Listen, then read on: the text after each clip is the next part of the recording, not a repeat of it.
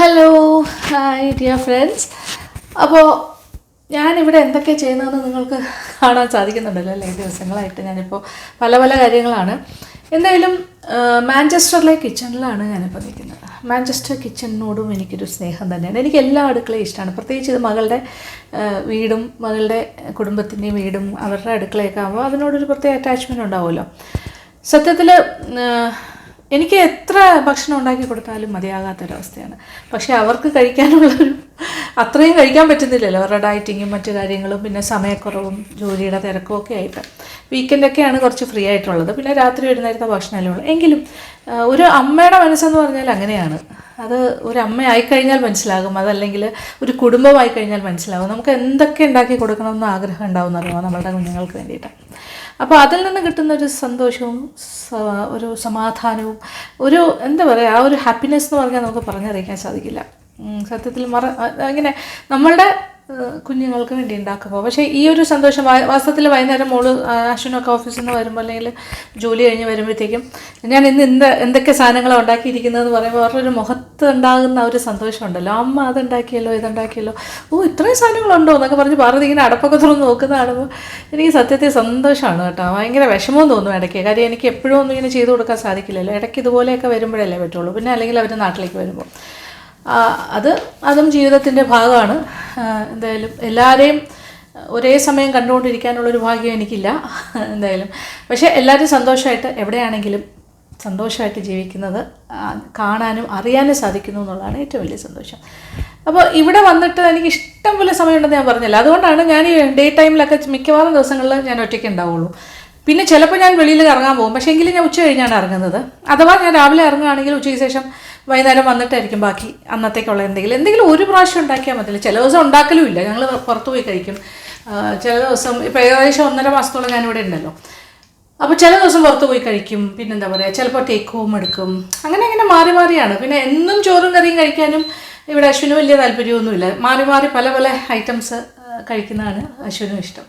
എങ്കിലും ഇടയ്ക്കിടയ്ക്ക് നമ്മുടെ നാടൻ അങ്ങനത്തെ കാര്യങ്ങളൊക്കെ.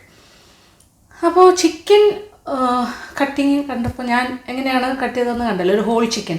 അപ്പോഴേ ഞാൻ പറഞ്ഞു അതൊരു സ്റ്റൂവിന് വേണ്ടിയിട്ടും കൂടിയാണ് ഞാൻ മനസ്സിൽ കാണുന്നത്. കാര്യം ആ ഒരു ബ്രൗൺ സ്റ്റൂ ആക്കാനുള്ള പ്ലാനായിരുന്നു എനിക്ക്. കാര്യം എന്താ പറയുക, അതിൻ്റെ എല്ലിൻ്റെ ഭാഗമൊക്കെ ഉള്ളതുകൊണ്ട് സ്റ്റൂ ആക്കി കഴിഞ്ഞാൽ കൂടുതൽ രസകരമായിരിക്കും. അപ്പോൾ ഞാനിന്ന് വൈകുന്നേരം നമ്മുടെ ആപ്പത്തിന് വേണ്ടിയിട്ട് വെള്ളത്തിലിട്ട് അരച്ചൊക്കെ റെഡിയാക്കി വെച്ചിട്ടുണ്ട്. അപ്പോൾ ആ ഒരു ആപ്പത്തിൻ്റെ ഒരു കോമ്പിനേഷനായിട്ട് ബ്രൗൺ സ്റ്റൂ ആകാമെന്ന് വിചാരിച്ചു, ചിക്കൻ ബ്രൗൺ സ്റ്റൂ. അപ്പോൾ എല്ലിൻ്റെ പീസൊക്കെ ആയിരിക്കും പാർവതി കൂടുതൽ കഴിക്കാൻ പോകുന്നത്. അശ്വിന് ഫ്ലഷി ആയിട്ടുള്ള ഭാഗങ്ങളായിരിക്കും ഇഷ്ടം. എന്തായാലും ഒരു കോമ്പിനേഷൻ ഉണ്ടല്ലോ, രണ്ടും ലെഗ് പീസും ഒക്കെ ഉണ്ടല്ലോ. അപ്പോൾ എന്തായാലും ഞാൻ ചിക്കൻ ബ്രൗൺ സ്റ്റൂ തയ്യാറാക്കാൻ പോവാണ്. അപ്പോൾ നിങ്ങൾക്കും കാണാം. ഞാനിതെല്ലാം ഷൂട്ട് ചെയ്യുന്നതന്നെ നിങ്ങൾക്കും കൂടി ഉപകാരപ്പെടട്ടെ എന്ന് വിചാരിച്ചിട്ടാണ്. എന്തായാലും ഞാൻ തയ്യാറാക്കുന്നു. അപ്പോൾ അത് പിക്ചറൈസ് ചെയ്ത് കഴിഞ്ഞാൽ നിങ്ങൾക്കും കിട്ടുമല്ലോ. അപ്പോൾ വീഡിയോ ആക്കാം. അപ്പോൾ എന്നെക്കൊണ്ട് പറ്റുന്ന പോലെയൊക്കെയാണ് ഞാനിപ്പോൾ വീഡിയോ എടുത്ത് കാണിക്കുന്നത് കേട്ടോ. അപ്പോൾ എന്തായാലും കാണുക ഞാൻ എങ്ങനെയാണ് ബ്രൗൺ സ്റ്റൂ ചെയ്യുന്നത്. അതിൻ്റെ 2-3 സ്റ്റെപ്സ് ഉണ്ട്. വളരെ സിമ്പിളാണ്, വളരെ സിമ്പിൾ. ആദ്യം ഒരു ചെറിയൊരു ഷാലോ ഫ്രൈ ബട്ടറും ഒലിവ് ഓയിലും കൂടി ചേർത്തിട്ട്, പിന്നെന്താ ഒരു മാരിനേഷൻ. അത് കഴിഞ്ഞിട്ട് ഒരു ഡസ്റ്റിങ് ഓഫ് ഫ്ലവർ. ആ ഫ്ലവർ എന്ന് പറയുമ്പോൾ മൈദാമാവിന് പകരം നിങ്ങൾക്ക് വേണമെങ്കിൽ അരിപ്പൊടിയാകാം അല്ലെങ്കിൽ കോൺഫ്ലവർ ആകാം, അതൊന്നും പ്രശ്നമില്ല. പിന്നെ ബാക്കി കാര്യങ്ങളല്ല. ഓക്കെ. പിന്നെ വേറൊരു അഡ്വാൻറ്റേജ് എന്ന് പറഞ്ഞാൽ ഇത് തേങ്ങാപ്പാലല്ല ചെയ്യുന്നത്, നമ്മുടെ പശുവും പാലിലാണ്. അപ്പോൾ നല്ല തിക്കായിട്ടുള്ള നല്ല എന്താ പറയുക, നല്ല ക്രീമി ആയിട്ടുള്ള പശുവും പാലിൽ തന്നെ ചെയ്യാം. അപ്പോൾ ബ്രൗൺ സ്റ്റൂ. ഓക്കെ. അപ്പോൾ ബ്രൗൺ സ്റ്റൂവിന് വേണ്ട കാര്യങ്ങളൊക്കെ നമുക്ക് ചെയ്യാം. അതായത് ഈ പീസസൊക്കെ ഞാനൊന്ന് വരഞ്ഞ് വെച്ചിട്ടുണ്ട്. ഇനി ഇതിൽ കുറച്ച് 1 ടീസ്പൂൺ കുരുമുളക് പൊടിയും കുറച്ച് ആവശ്യത്തിനുള്ള ഉപ്പും കൂടി ചേർത്തിട്ടൊന്ന് മാരിനേറ്റ് ചെയ്ത് വയ്ക്കാം. അപ്പോൾ പീസസിനെയൊക്കെ പാത്രത്തിലേക്ക് മാറ്റാം. വാരിയലിൻ്റെ പീസും കൂടി ചേർത്തെടുക്കണം. കാര്യം നമ്മൾ സ്റ്റൂ ആകുമ്പോൾ അതിനൊരു സ്റ്റോക്കിൻ്റെ ടേസ്റ്റ് വരണം. അപ്പോൾ എല്ലൊക്കെ ഇട്ടാലേ വരുള്ളൂ. അപ്പോൾ 1 ടീസ്പൂൺ കുരുമുളക് പൊടി, ആവശ്യത്തിനുള്ള ഉപ്പും കൂടി ചേർക്കാം. ഓക്കെ.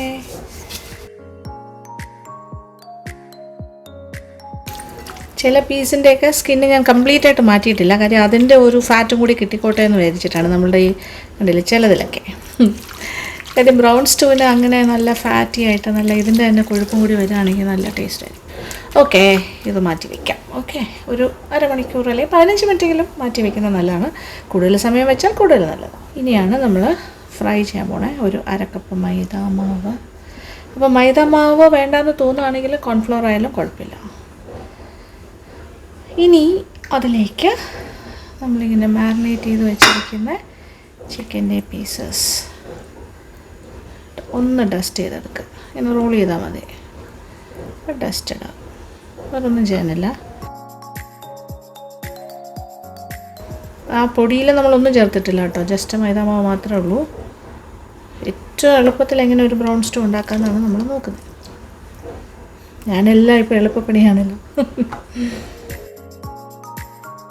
ഇങ്ങനെ മാവ് കൊണ്ട് എന്താ അറിയാമോ ഇങ്ങനെ ഡസ്റ്റ് ചെയ്യുന്നത്? നമ്മളിതിൽ ചേർത്തിരിക്കുന്ന കുരുമുളക് പൊടിയും ഉപ്പും ഒക്കെ അതിൻ്റെ ഉള്ളിലേക്കൊന്ന് സീൽ ചെയ്യാൻ വേണ്ടിയിട്ടാണ്. അപ്പോൾ ഫ്രൈ ചെയ്യുമ്പോൾ അതൊന്നും ഇളകിയൊന്നും പോവില്ല, കറക്റ്റായിട്ട് അതിനകത്ത് തന്നെ ഉണ്ടാവും.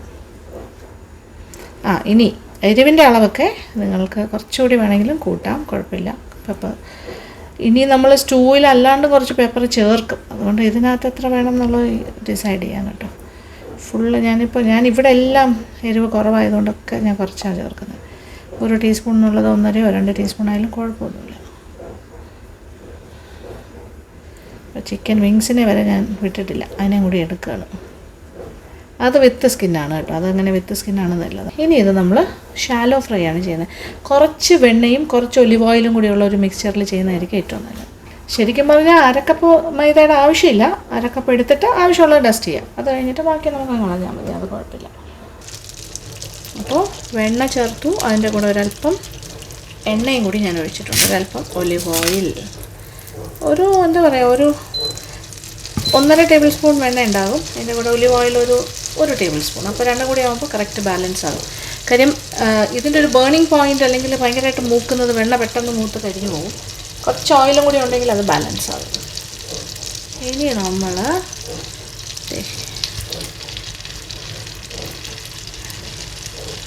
മൈദ മാവിൽ ഡസ്റ്റ് ചെയ്ത് വെച്ചിരുന്നല്ലോ ആ പീസസ്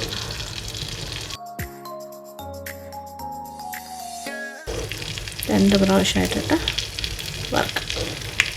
തിരിച്ചും മറിച്ച് ഇട്ട് കൊടുക്കുക.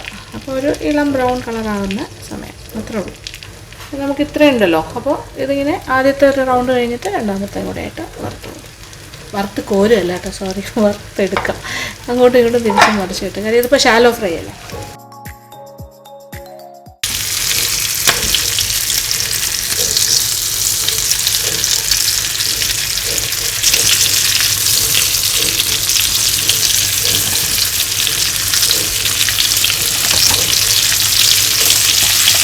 ഞാൻ ചട്ടിയുടെ ചിക്കനിൽ നിന്ന് ഞാൻ സത്യം പറഞ്ഞാൽ നമ്മുടെ ബ്രസ്റ്റ് പീസ് ഞാൻ മാറ്റിയിട്ടുണ്ട്.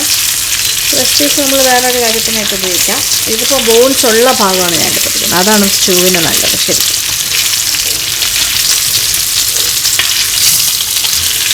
ഓക്കെ. ഒരു ലൈറ്റ് ബ്രൗൺ ആയിട്ട് ഇറങ്ങുന്നു. ഒരു സൈഡ് ഇതുപോലെ, മറു സൈഡും അതുപോലെ ആയാൽ മതി. Okay,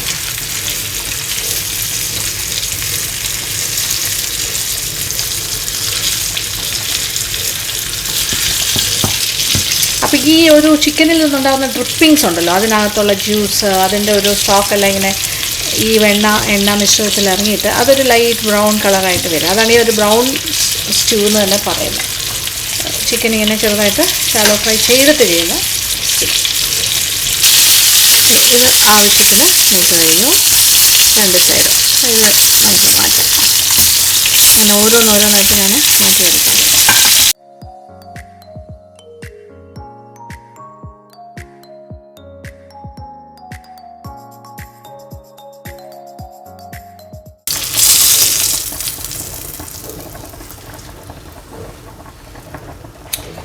okay, same process. എണ്ണ പോരാതെ ഉണ്ടെങ്കിൽ ഇച്ചിരി കൂടി വേണമെങ്കിലും ചേർക്കാം.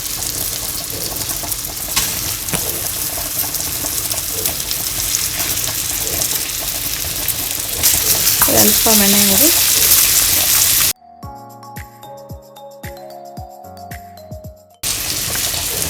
ഒരല്പം എണ്ണയും അപ്പോൾ കറക്റ്റായല്ലോ. എണ്ണയും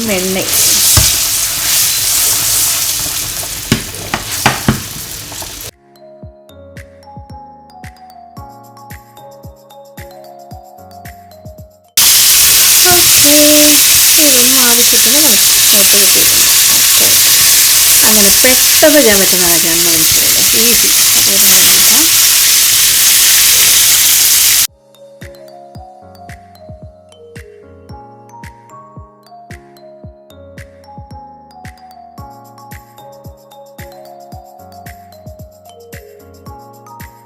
ഈസി. കണ്ടല്ലോ, ചിക്കൻ ഈസ് റെഡി. ഇനി ഇതിൻ്റെ ബാക്കി കാര്യങ്ങൾ. അപ്പോൾ ഇപ്പോൾ ചിക്കൻ്റെ പീസസ് എല്ലാം ഞാനിങ്ങനെ വറുത്ത് മാറ്റി കഴിഞ്ഞു. നമ്മുടെ ബ്രൗൺ സ്റ്റൂവിന് വേണ്ടിയിട്ട് ഷാലോ ഫ്രൈ ചെയ്ത് എടുത്തു കഴിഞ്ഞു. അടുത്ത സ്റ്റെപ്പിലേക്ക് ഞാൻ കടക്കാൻ പോവുകയാണ്. അത് സെയിം ഓയിലിൽ തന്നെയാണ് നമ്മൾ ചെയ്യുന്നത്, ആ വെണ്ണ ഓയിൽ കോമ്പിനേഷനിൽ. അങ്ങനെ ചെയ്യുമ്പോഴാണ് അതിനൊരു ബ്രൗൺ സ്റ്റൂ ഇഫക്റ്റ് കിട്ടുന്നത്. കാര്യം ഈ ഇതിൽ നിന്നുള്ള ഡ്രിപ്പിങ്സും കാര്യങ്ങളൊക്കെ ഉണ്ടല്ലോ, ആ ചിക്കൻ വറുത്തെടുത്തപ്പോൾ ഒരു ബ്രൗൺ ആവുമല്ലോ, ആ എണ്ണയെല്ലാം മാവിൻ്റെ അംശമൊക്കെ ഉണ്ടാവും. അപ്പോൾ അതിൽ തന്നെ ബാക്കി സാധനങ്ങളൊക്കെ സോർട്ട് ചെയ്തിട്ട് ചെയ്യാം. നോക്കൂ, അപ്പോൾ ഞാൻ ബ്രൗൺ സ്റ്റൂവിന് വേണ്ടിയിട്ട് ഉള്ളി കട്ട് ചെയ്തുകൊണ്ടിരിക്കുകയാണ്. അത് കട്ട് ചെയ്യുന്നത് തീരെ ചെറുതായിട്ടല്ല, ഇങ്ങനെ സ്ക്വയർ പീസസ്, ചെറിയ സ്ക്വയർ പീസസ് ആണ്. ഇനി എന്താ ചെയ്യേണ്ടതെന്ന് വെച്ചാൽ ഇങ്ങനെ ആദ്യം മുറിക്കുക.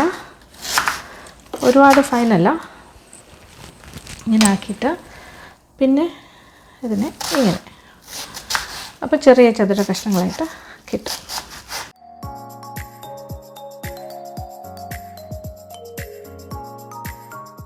ഇനി വേണ്ടത് സെലറിയാണ്. ഇവിടെ നല്ല സെലറി കിട്ടുന്ന സ്ഥലമാണ്, സെലറി സ്റ്റിക്ക്.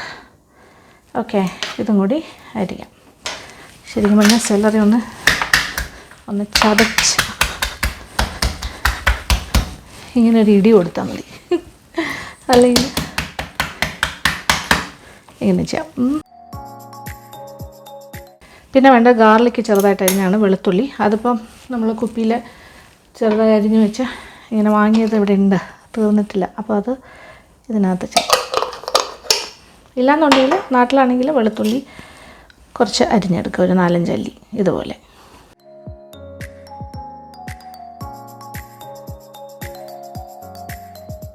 വെണ്ണ അത് ചൂടായി കിടക്കുകയാണ്. അതിലേക്ക് തന്നെ വെണ്ണ കുറവാണെന്ന് തോന്നുകയാണെങ്കിൽ ഇച്ചിരി കൂടെ വേണമെങ്കിൽ ചേർത്ത് കൊടുക്കാം. അതിലേക്ക് തന്നെ നമ്മൾ വെളുത്തുള്ളി ചെറുതായി അരിഞ്ഞത് ഒരു 1-1.5-2 ടേബിൾ സ്പൂൺ വരെ ആകാം. ഓക്കെ, സവാള. ഇത് ബ്രൗൺ സ്റ്റൂ എന്ന് പറയുന്നത് തന്നെ ഈ ഡ്രിപ്പിങ്സിൻ്റെ ഒരു ബ്രൗൺ കളറ് വരുന്നത് കൊണ്ടാണ്. അപ്പോൾ നമ്മൾ ചിക്കൻ വറുത്തില്ലേ, ആ വറുത്ത് കഴിഞ്ഞപ്പോൾ അതിൽ നിന്നും ഇറങ്ങിയ സത്തും ആ മുരിഞ്ഞതിൻ്റെ ആ ഒരു കളറും എല്ലാം കൂടി ചേർന്നിട്ടാണ് ഈ ഒരു നിറം വരുന്നത്. ബ്രൗൺ സ്റ്റൂ എന്ന് പേര് വരുന്നത്. വൈറ്റ്, എക്സാക്റ്റ് ഒരു വൈറ്റ് കളറായിരിക്കില്ല. സവാളയൊക്കെ ഒന്ന് വാടണം, ചെറുതായി നിറമൊന്ന് മാറി തുടങ്ങണം. ഇപ്പം തന്നെ ഉണ്ടോ ഇതിൻ്റെ ഒരു കളർ കണ്ടില്ലേ, ആ എണ്ണയുടെ കളറാണ്. ഒരു ലൈറ്റ് ഒരു ബ്രൗൺ കളർ ഇതിൻ്റെ ദേഹത്ത് പിടിച്ചിട്ടില്ലേ സവാളയുടെയൊക്കെ. ഇനി ഇങ്ങനെ സെലറി ചെറുതായി അരിഞ്ഞ് വഴറ്റിയില്ലെങ്കിലും കുഴപ്പമില്ല.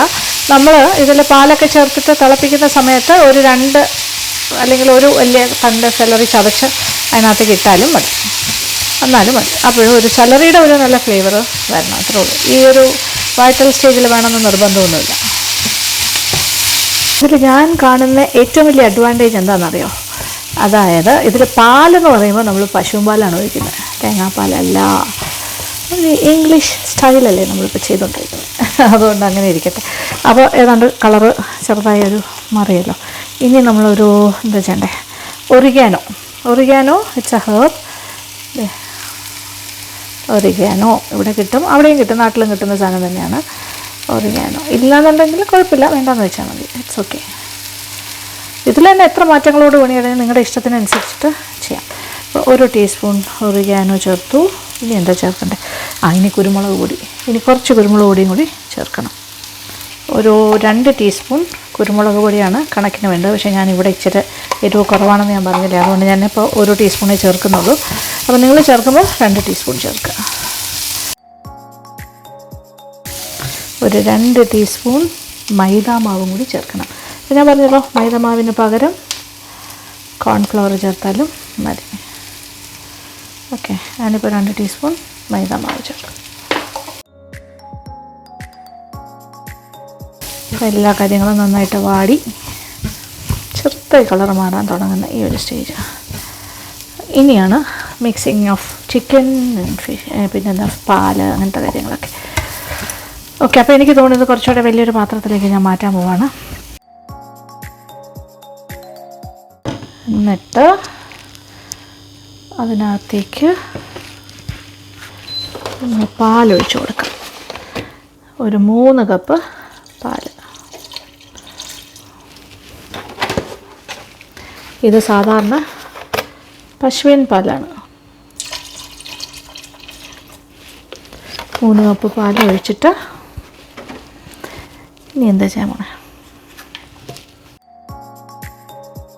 ഇതിനകത്തേക്ക് നമ്മളിപ്പോൾ വറുത്തുകൊണ്ടിരുന്ന പാത്രമില്ല, അതിൽ ഇച്ചിരി പാലൊഴിക്കാം. എന്നിട്ട് അതിനകത്ത് എന്തെങ്കിലുമൊക്കെ പറ്റി പിടിച്ചിരിക്കുന്നുണ്ടെങ്കിൽ അതും കൂടി നമുക്ക് ഇതിലേക്ക് എടുക്കാം. ഒരു 3 കപ്പ് പാല്. അതിനോടൊപ്പം ചിക്കൻ വറുത്ത് വെച്ചിരിക്കുന്ന പീസസ്.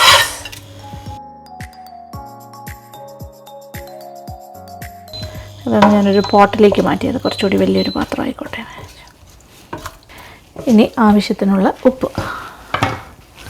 കുറച്ച് ഉപ്പ് ചിക്കൻ്റെ പീസസിലൊക്കെ ഉണ്ട്, എങ്കിലും ഒരല്പം ഉപ്പും കൂടി വേണ്ടി വരും. എന്നിട്ട് പാത്രം ഒന്ന് അടച്ചിടാം. അപ്പോൾ ചിക്കൻ്റെ ആ മുരിഞ്ഞ ഭാഗങ്ങളും ഒക്കെ ഈ പാലിൻ്റെ കൂടെ മിക്സായി വരുമ്പോൾ അതിൻ്റെ ആ ഒരു ഡ്രിപ്പിങ്ങും എല്ലാം കൂടി ചേർന്ന് വരുമ്പോൾ ഇത് ഒരു ബ്രൗൺ സ്റ്റൂ ആയിട്ട് മാറും. എല്ലാം കൂടെ കിടന്ന് തിളക്കട്ടെ. ഇപ്പോൾ നല്ലൊരു തിള വന്ന് തുടങ്ങുമ്പോൾ നമ്മൾ പാത്രം അടയ്ക്കാൻ പോവാണ്. ഇത് നോക്കിക്കോളൂ, തിളച്ച് തുടങ്ങുന്നു. ഇപ്പോൾ തന്നെ നല്ല തിള വരും. ഓക്കെ, ഇനി ഒരു മീഡിയം ഫ്ലെയിമിലിടാം. ചൂടൊന്ന് ഒരു 12, ഓക്കെ 10 to 12 ഇവിടുത്തെ ഒരു ടെമ്പറേച്ചർ, ഒരു ഇടത്തരം ചൂടിൽ. ഞാൻ നോക്കട്ടെ എന്തായി നമ്മളുടെ ചിക്കൻ്റെ അവസ്ഥ. ആഹാ, നന്നായിട്ടുണ്ടല്ലോ. ചിക്കൻ്റെ പീസസൊക്കെ നന്നായി വേകണം. ഓൾമോസ്റ്റ് ആയി കഴിഞ്ഞു കേട്ടോ. ഫ്രൈ ചെയ്യുമ്പോൾ തന്നെ ഏതാണ്ട് വേകും. പിന്നെ ഇത് ഈ പാലിൽ കിടന്ന് ഇങ്ങനെ വേകുമായിരുന്നല്ലോ, നല്ല കുറുകി. പിന്നെ ചാറ് എത്രത്തോളം വേണം അതനുസരിച്ചിട്ട് പാല് ചേർക്കാം. 3 കപ്പ് പാൽ എന്തായാലും വേണം. അതിൻ്റെ കൂടെ വേണമെന്നുണ്ടെങ്കിൽ എക്സ്ട്രാ ഒരു 1 കപ്പും കൂടെ വേണമെങ്കിലും ചേർക്കാം, അല്ലെങ്കിൽ ചൂടുവെള്ളം ഒഴിച്ച് കൊടുക്കുക. അപ്പോൾ ഞാനിനി ഇതിലൊരു ചുളിവ് പരിപാടിയും കൂടെ ചെയ്യാൻ പോകണം. ഇപ്പോൾ പ്രത്യേകിച്ച് വേവിക്കേണ്ട ആവശ്യമൊന്നുമില്ലല്ലോ, ഇവിടെ ഇത് മിക്സ്ഡ് വെജിറ്റബിൾസ് ഇങ്ങനെ ഫ്രോസൺ കിട്ടും. അപ്പോൾ അതുകൊണ്ട് എളുപ്പമാണ് കാര്യങ്ങൾ. ഫ്രീസറിൽ നിന്ന് എടുത്ത് വെച്ചിട്ടുണ്ട് കുറച്ച് വെജിറ്റബിൾ, അതായത് ക്യാരറ്റ്, ഗ്രീൻ പീസ്, ഇതിലെല്ലാ കാര്യങ്ങളും ഉണ്ട്. Cauliflower and broccoli. Almost cooked കാര്യമാണത്. അത് വെറുതെ ഒന്ന് ബ്ലാൻഡ് ചെയ്താൽ തന്നെ റെഡിയാകും. ഇനി ഇതിന് ഇച്ചിരി കൂടെ ചാറ് വേണമെന്ന് എനിക്ക് തോന്നുകയാണെങ്കിൽ ഞാൻ വിചാരിക്കണം ഇച്ചിരി കൂടെ ചാറ്. അപ്പോൾ ഇച്ചിരി ചൂടുവെള്ളമാണ്, ഏതാണ്ടൊരു 3/4 കപ്പ് ചൂടുവെള്ളം ഞാൻ വീണ്ടും ചേർത്തു. കാര്യം ഇത്രയും വെജിറ്റബിൾസും കൂടെ ഞാൻ ചേർത്തല്ലേ. നോക്കൂ, ബ്രൊക്കോളി ഉണ്ട്, പിന്നെ കോളിഫ്ലവർ ഉണ്ട്, വളരെ ചെറുതായിട്ട് അരിഞ്ഞതാണ്. ബീൻസ്, ഇതെന്താണ് ഗ്രീൻ പീസ്, പിന്നെ ക്യാരറ്റ്. ഇതും കൂടി ചേർത്ത് കഴിഞ്ഞിട്ട് ഒരു തളയും കൂടെ തിളച്ചാൽ മതി. നമ്മുടെ ചിക്കൻ എല്ലാം പാകത്തിന് വെന്ത് കഴിഞ്ഞു. ചാറൊന്നുകൂടി ഒന്ന്, ഇപ്പോൾ തന്നെ നല്ല കുറുകിയ ചാറാണ്, കണ്ടല്ലോ, തിക്കാണ്. നല്ല മണം. കാര്യം വെണ്ണയും ഒറിഗാനും കുരുമുളകും എല്ലാം കൂടി ചേർന്ന് വരുമ്പോഴേ ഇതൊരു നല്ല ഒരു 1 പോട്ട് മീലാണെന്ന് തന്നെ പറയാം. ഇത് വേണമെങ്കിൽ വൈറ്റ് റൈസിൻ്റെ കൂടെ വേണമെങ്കിലും കഴിക്കാം. നല്ല വേവിച്ച്, ഇപ്പോൾ ജാസ്മിൻ റൈസ് അല്ലെങ്കിൽ സ്റ്റിക്കി റൈസൊക്കെ ആണെങ്കിൽ ഭയങ്കര ടേസ്റ്റ് ആയിരിക്കും. നല്ല വെള്ളച്ചോറ്, അല്ലെങ്കിൽ നമുക്ക് ബ്രെഡ്സിൻ്റെ കൂടെ കഴിക്കാം, റോൾസിൻ്റെ കൂടെ കഴിക്കാം, ചപ്പാത്തിയും ഒക്കെയാണ്. പിന്നെ ഇന്ന് പക്ഷേ നമ്മളിവിടെ അപ്പമാണ്, ഡെസിക്കേറ്റഡ് കോക്കനട്ട് എല്ലാം ഉപയോഗിച്ചിട്ടാണ് ഞാൻ അപ്പത്തിൻ്റെ മാവ് തയ്യാറാക്കിയത്.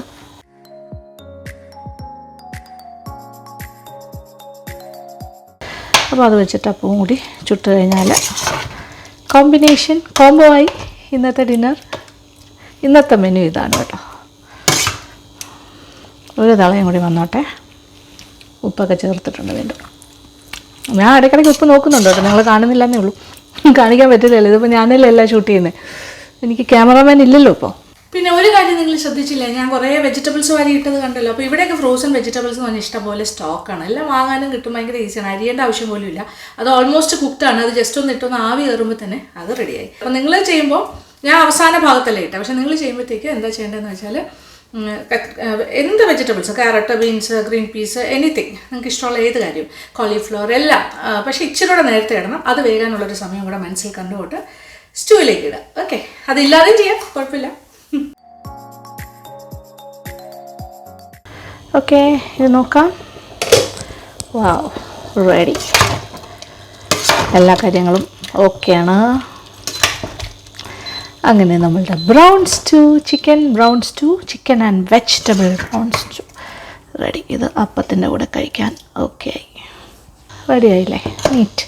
കണ്ടിട്ട് എന്ത് തോന്നുന്നു? വേറെ ടേസ്റ്റി അല്ലേ? ആഹാ, നല്ല പോറഡ്ജ് പോലെയുണ്ട്. നമ്മളൊരു ഫുൾ ചിക്കൻ എടുത്തിട്ടില്ല, ബ്രസ്റ്റ് പീസ് ചേർക്കാണ്ട് തന്നെ ഇത്രയും കിട്ടി ക്വാണ്ടിറ്റി. ഇനി ബ്രസ്റ്റ് പീസ് വേറൊരു ദിവസം ഒരൈറ്റം ഉണ്ടാക്കാം.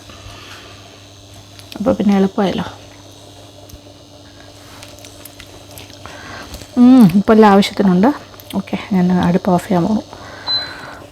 അങ്ങനെ ഈസിയായി ടേസ്റ്റി ആയിട്ടുള്ളൊരു ബ്രൗൺ സ്റ്റൂ ആണ് ഞാനിത് തയ്യാറാക്കിയിരിക്കുന്നത്. അപ്പോൾ ഈ ബ്രൗൺ സ്റ്റൂവും അപ്പവുമാണ് കോമ്പിനേഷൻ. ഇനി സമയമാകുമ്പോൾ, ഞാനിപ്പോൾ വൈകുന്നേരം ഒന്നും ആയിട്ടില്ലല്ലോ, അപ്പോൾ സമയമാകുമ്പോഴേ അപ്പം ഉണ്ടാക്കുള്ളൂ. ഇനിയിപ്പോൾ ഞാനൊന്ന് കറങ്ങാനായിട്ട് പോവാണ്. ഒരു കറക്കം എല്ലാം കഴിഞ്ഞ് വരാം അല്ലേ? പുറത്തേക്കൊക്കെ ഇറങ്ങാൻ പോകണു, ഒന്ന് പ്ലാൻ ചെയ്തിട്ടുണ്ട്. ഇവിടെ നിന്ന് ജസ്റ്റ് അങ്ങോട്ട് പോയാൽ തന്നെ കുറേ കാര്യങ്ങളുണ്ട്. നടന്ന് പോകാൻ വേണമെങ്കിൽ ഒരു വാക്കിന് പോകാം. Very interesting place. നല്ല എന്താ പറയുക, ഇവിടുത്തെ ആ ഒരു അറ്റ്മോസ്ഫിയറിൽ നല്ല പൊല്യൂഷൻ ഫ്രീ എയറൊക്കെ ശ്വസിച്ചിങ്ങനെ നടക്കും.